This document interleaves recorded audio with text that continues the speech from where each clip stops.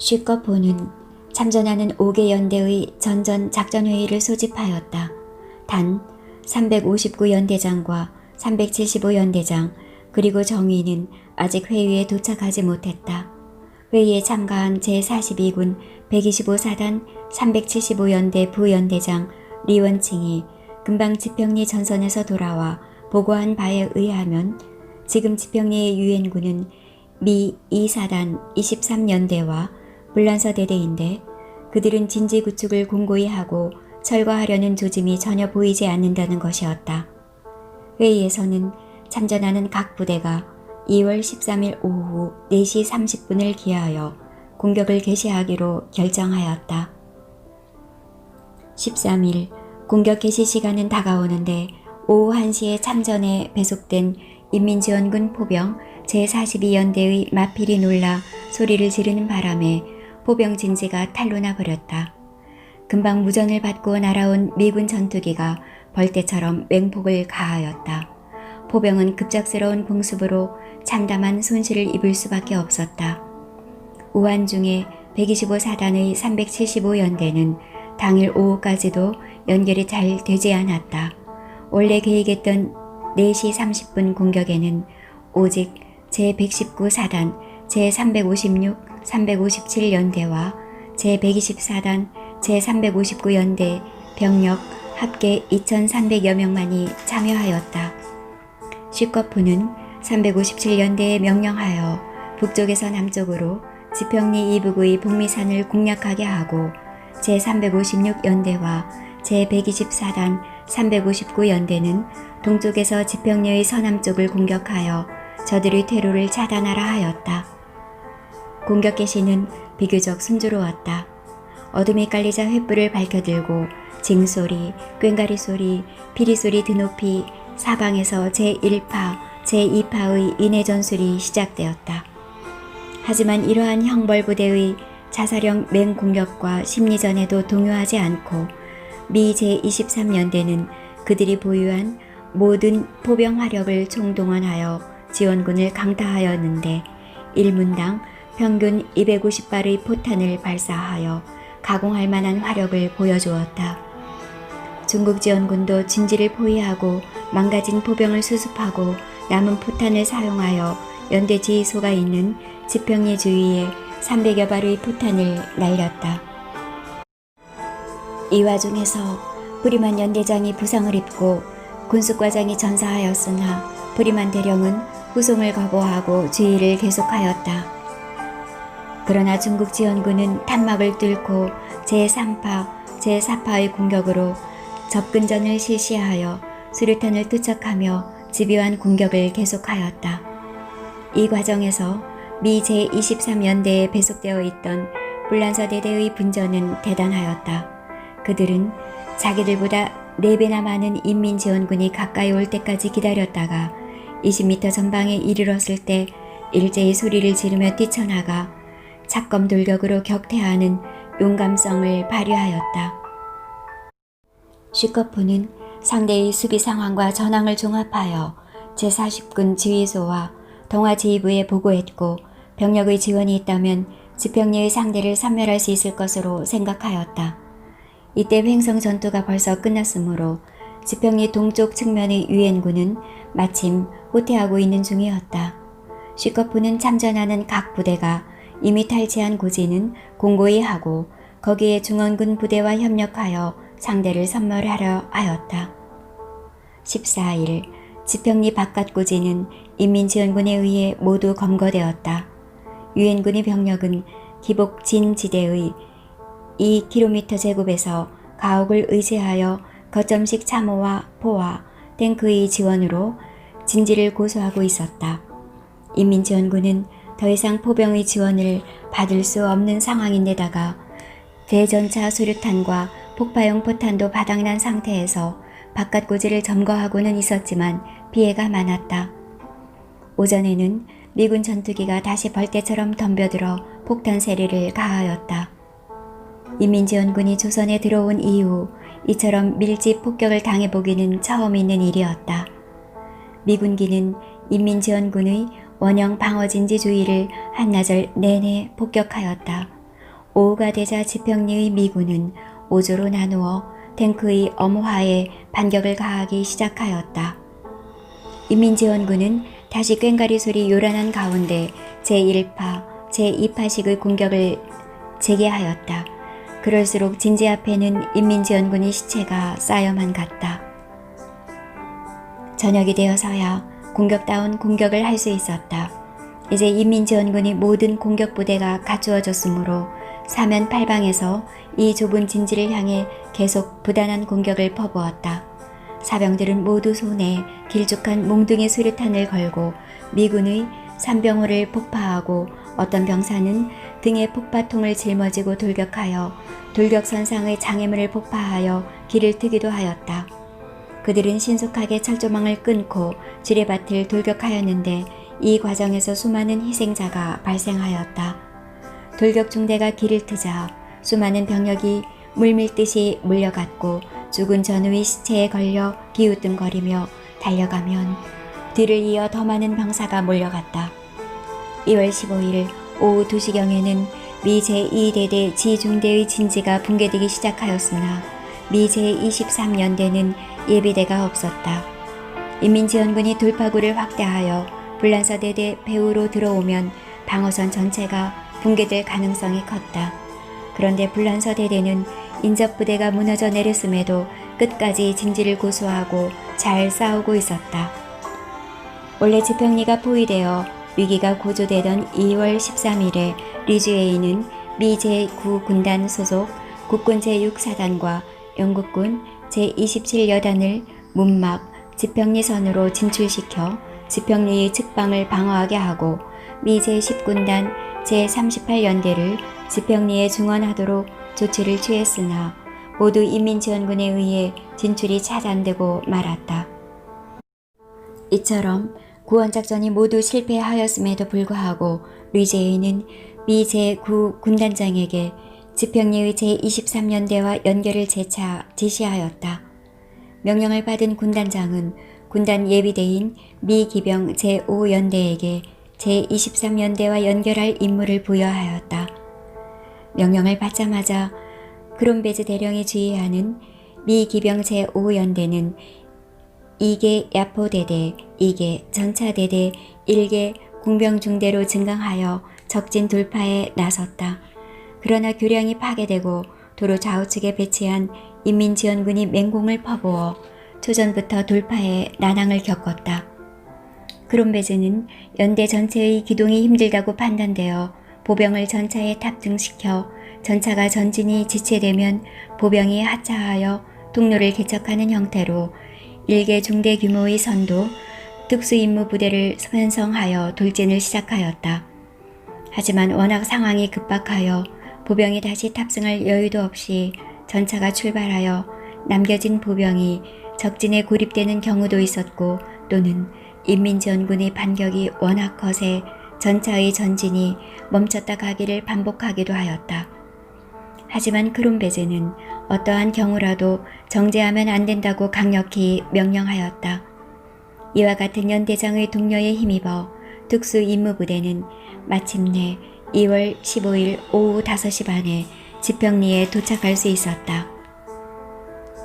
전차가 좁은 길을 통과하여 지평리에 도착하자 완강하게 공격하던 중국 지원군의 전의가 꺾이어 순식간에 전황이 바뀌고 말았다. 그런데 국수리에서 출발할 당시 보병 165명이던 크롬베즈 선발중대는 지평리에 도착하였을 때 남은 인원은 26명에 불과했고 탄약도 소진된 상태였다. 구원부대인지 구원받기 위하여 들어온 부대인지 구분할 수 없을 지경이었다. 그러나 인민지원군은 더 이상 공격할 여력이 없었고 그렇게 그날은 어두워졌다. 지평리 공격을 정지하자는 요구는 지원군 기층군간의 요구로부터 시작되었다. 지불해야 하는 대가가 너무 컸고 공격에 참가한 8개 연대의 사상자만 5,000명에 육박하고 있었다. 제40군에서 참가한 3개 연대 병력만 해도 사상자 1,830명이었고 제359연대 제3대대는 거의 전원이 전사하였다. 이런 상황에서 쉬커포 전선지휘부는 제40군 지휘소로부터 전해온 덩화지휘부의 지평리 진공 즉시 철퇴라는 명령을 받았다. 원래 지연군 사령부와 덩화지휘부는 지평리를 지키는 부대가 오직 미 제2사단의 1개 연대와 불란서 대대, 그리고 하나의 포병대대와 하나의 탱크 중대의 총병력 6천여 명뿐인 줄 알았다. 그런데 유엔군은 이천에서 중원부대를 지평리에 파견하고 있었고 다른 지원 세력이 지평리를 향하고 있었다. 인민지원군 사령부가 분석한 결과 지평리는 동남의 유엔군이 이미 중심 방어를 구축하고 있어서 돌출된 이곳을 탈취해 보았자 지켜내기가 쉽지 않으며 지원군의 후속 부대가 주선에서 더 원활한 작전을 하기 위해서는 방어선을 한강 이북으로 이동하여 기동 방어를 하는 것이 더 유리하다고 판단하였다. 이런 연유로 덩화지휘부는 지평리에서 공격하고 있는 부대는 작전을 멈추고 즉시 후퇴하라고 명령을 내렸다. 유엔군이 지평리 전투 승리는 불란서군 1개 대대의 공이 지대하다. 불란서군 지휘관은 랄프 몽클라르 중장이었는데 그는 제1, 2차 세계대전에 참전하였으며 독일이 불란서를 점령하던 기간에는 해외에 망명하여 반독투쟁에 앞장섰던 인물이다. 그는 제2차 대전 종전 후 삼성 장군에 오른 불란서군의 핵심이었다. 그러나 그가 스스로 자기의 계급을 무려 5단계나 하향한 중령으로 낮추고 또다시 전쟁에 참여하기로 결심한 것인데 그 이유는 한국에 파견한 부대가 대대 규모에 지나지 않았기 때문이다. 처음에는 장군이 어떻게 대대장을 맡을 수 있느냐며 국방장관이 직접 만류하였지만 계급이 뭐가 그리 중요한가? 곧 태어날 자식에게 유엔군이 한 사람으로서 평화라는 숭고한 가치를 위해 참전했다는 긍지를 심어주고 싶다며 의지를 굽히지 않았다. 몽클라르는 미 8군 사령관 리지웨이와 경력이나 나이가 비슷하였지만 스스로 일개 대대장을 자임한 호연지기를 보여주었다. 몽클라르 대대는 미 제2사단 23연대에 속해 원형 방어진지의 한 축을 맡아 무려 4배가 넘는 중국 지원군을 격퇴시켰는데 경험이 풍부한 몽클라르는 압도적인 중국 지원군이 대공세에도 전혀 당황하지 않았던 것이다. 최대한 적을 유인하여 일격을 가하고 인민지원군이 심리전에는 역심리전을 펼치며 대담한 육박전을 구사하는 등 다양한 전술로 인민지원군을 무너뜨렸다. 유엔군의 입장에서 지평리 전투의 의의는 실로 대단하다. 유엔군이 지난 2개월간의 후퇴를 끝내고 재반격으로 전환하는 도화선이 되었기 때문이다. 바로 직전까지 미 합참은 만약 50km만 더 후퇴하면 한국을 포기할 생각까지 가지고 있었던 것이다. 다음 날 동이 트자 지평리 진지 주변에서 인민지원군은 그림자도 찾아볼 수가 없었다. 밤사이에 진지 주변의 시체들마저 모두 수거하여 철거한 것이다. 지평리 전투에서 유엔군에 의해 사살된 중공군은 총 4,946명이었고 79명이 생포되었으며 기타 폭격으로 신원을 알아볼 수 없는 잔해가 부지기수였다. 미 제23연대의 전투자는 2월 13일에서 15일의 사흘간 전투에서 52명의 전사자와 259명의 부상자를 내고 42명이 실종되었을 뿐이었다. 지평리의 전투는 중국 지원군의 인해 전술에 맞서 유엔군이 화해 전술로 격파한 최초의 방어 전투였다. 펑더화이는 제38군과 50군 예하 1개 연대에 16일과 18일에 각각 한강 북쪽으로 철수하도록 하달하였다.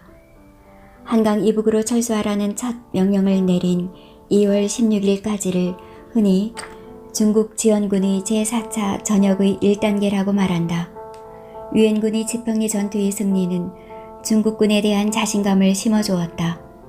유엔군이 다시 작전의 주도권을 장악하자 리지웨이는 상대에게 공세를 재개할 시간을 주지 않기 위하여 즉각적인 후속 반격 작전을 계획하였다.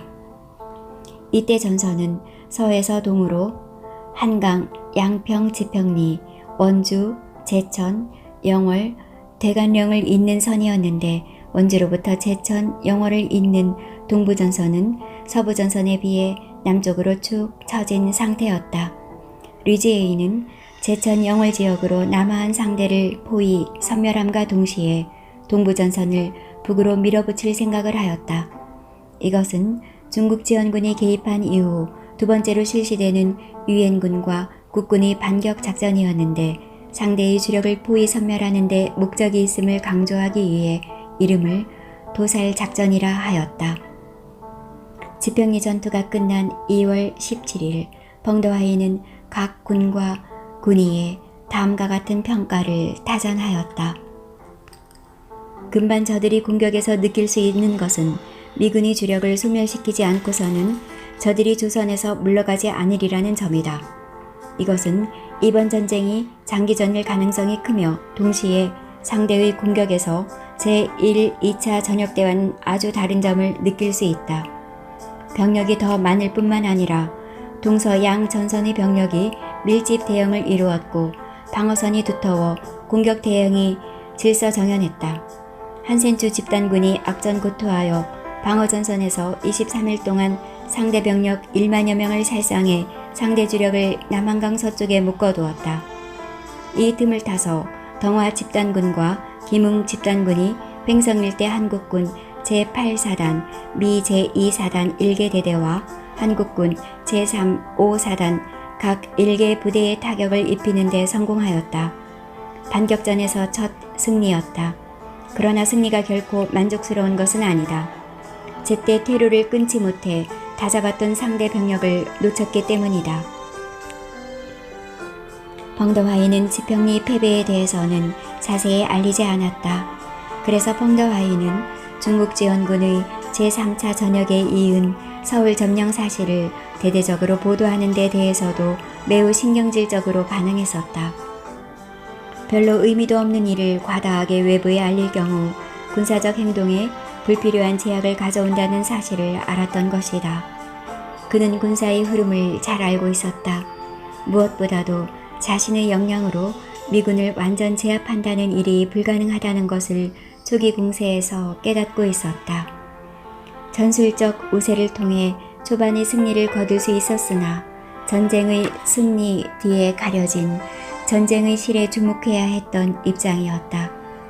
허상에 취하다가 결국 전선 사령관으로서 그가 맞아야 할 현실은 매우 혹독할 수 있었기 때문이다. 2월 21일 10시를 기해 드디어 유엔군이 대대적으로 중국 지원군에 대해 공격을 개시하던 날, 펑더하이는 이 긴박한 상황을 대처하기 위하여 급히 마오쩌둥을 만나러 중국행 비행기를 탔다. 압록강 너머 단동에 도착한 펑더하이는 비행기 편으로 선양을 경유하여 북경에 도착하였다. 중국 지도부가 모인 중난하이로 곧장 찾아간 펑더하이는 마오쩌둥을 만날 수 없었다. 그는 북경 서쪽 교회에 있는 위찬산의 직밍위안으로 나가 휴식을 취하고 있는 중이었다. 직밍위안으로 찾아간 펑더하이는 주위의 저지도 물리치고 낮잠을 자고 있는 마오의 방문을 열었다. 주석, 급히 드릴 말씀이 있습니다. 낮잠을 깨워서 죄송합니다만 내 낮잠을 직접 깨우고 만날 사람은 펑총밖에는 없지.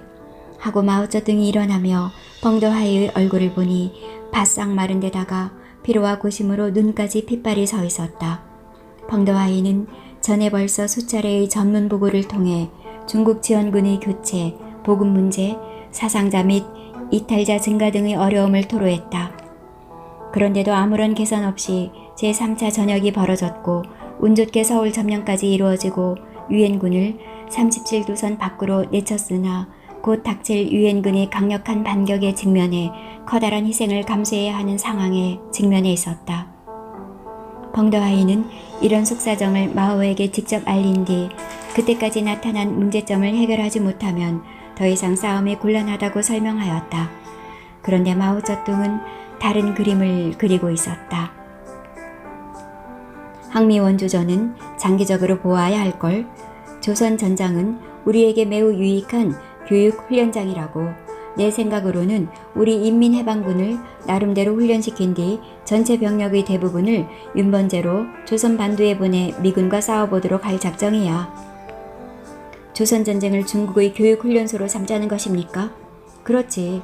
펑총도 알다시피 우리 해방군은 현대전에서는 멀었어. 미국의 그 풍부한 물자와 현대적 무기를 상대로 하려면 우리가 할 수 있는 모든 수단을 총동원해야 해요. 2월 7일에 중앙군사위원회에서 윤번제를 결정하였어요. 지금 조선에서 작전 중인 국외군 30개 사단을 제1조로 하고 국내에서 차출한 6개군과 조선에서 보충 중인 3개군 등 모두 국외군 27개 사단을 제2조로 편성하여 4월 상순경에는 본국 부대가 38선 지역에 도착하여 한강 전선의 6개군과 임무교대를 한다.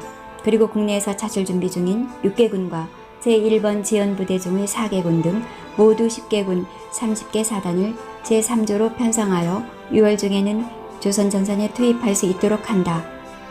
금년과 내년 2년간에 약 30만 명의 사상자가 날 것을 예상하고 다시 30만 명을 보충하여 순환작전에 활용한다는 내용이에요. 지금까지 펑총이나 되니까 대미전쟁에서 연전연승을 했지 다른 사람 같으면 어림도 없어. 연전연승이라는 말은 듣기 거북합니다. 지금까지 운이 좋았던 것뿐입니다. 문제는 지금부터입니다. 나도 저번 전문을 받고 짐작은 했어. 이제부터는 어렵겠구나 하고. 그리고 지금까지의 워커나 메가더는 그저 우세한 화력만 믿고 포탄만 퍼붓는 사람들이었지만 지금의 류제이는 공수 특전단을 인솔했던 자로서 머리를 쓸 줄 아는 자두군. 상황을 알아주시니 감사합니다. 림베오의 국부군 배치는 잘 되고 있지요? 아주 잘 되고 있습니다. 저도 정의에서 보고하면 듣기만 하고 더 이상 깊은 간섭은 하지 않습니다. 좋았어. 이번 조선전쟁이 끝나면 우리는 완전히 군대의 현대화가 이루어지고 국부군에 대한 불안도 사라지고 미제와 국경도 접하지 않게 되고 좋은 것이 한두 가지가 아니야. 단 한 가지. 대만의 미 7함대를 파견하여 우리가 점령할 수 없다는 것이 아쉽지만 그까짓 거야 시간 가면 자연히 우리한테로 넘어오게 되어 있지. 국부군 출신들은 이제는 제8식 공격에서 최전선에 자기들이 서고 있는 줄 아는 사람은 아는 눈치입니다. 그래서 이왕이면 윤번제가 더 빨리 이루어져 저들이 눈치챌 틈을 주지 않게 했으면 좋겠습니다. 나도 림베오와 수시로 얘기하고 있어요. 참, 미제가 다시 서울을 탈환할 것 같다고 했지? 네, 아무래도 서울은 내주고 최대한 시간을 끌며 38선 주위에서 라시잔을 펴야 할 것 같습니다. 서울을 내주는 것은 좀 아깝지만 그까짓 거 지금 아무것도 남아있지 않다면서? 그렇습니다. 지금 텅텅 비어있는 빈 유령 도시입니다. 쓸데없이 군사력을 낭비할 필요가 없습니다. 알았어요. 펑총의 판단에 맡기겠어요. 우리의 항미 원조전의 목적은 조선 통일이 아니지 않소. 3차 전역 때의 기세로 밀어붙였더라면 미제를 바닷속으로 쳐넣을 수도 있었지요. 그래서 저들이 휴전을 하자고 기만 전술을 폈지 않아요? 어느 땐가는 우리가 불리해지면 우리가 먼저 휴전을 하자고 할지도 몰라요. 어차피 조선은 38선 부근에서 오락가락 하다가 휴전해야 할걸? 그러면 우리로서는 반쪽이 우리 위성국이니까 완충지대가 성립되는 것이지. 그 대신 미제는 남조선을 대중국용 군사식민지로 만들겠지. 그러면 조선의 통일은 영원히 안 되는 거잖아요? 그렇지는 않아. 조선의 인물이 나서 중국이고 미국이고 다 물러나라. 우리는 우리끼리 통일해서 살겠다고 나서면 누구도 말리기 어렵지. 그런데 조선에 그럴 인물이 나올 수 있을까? 혹 그런 인물이 나와서 그렇게 하겠다고 할 경우 우리는 물러날 용의가 있지만 미국은 그래도 물러나려고 하지 않을걸?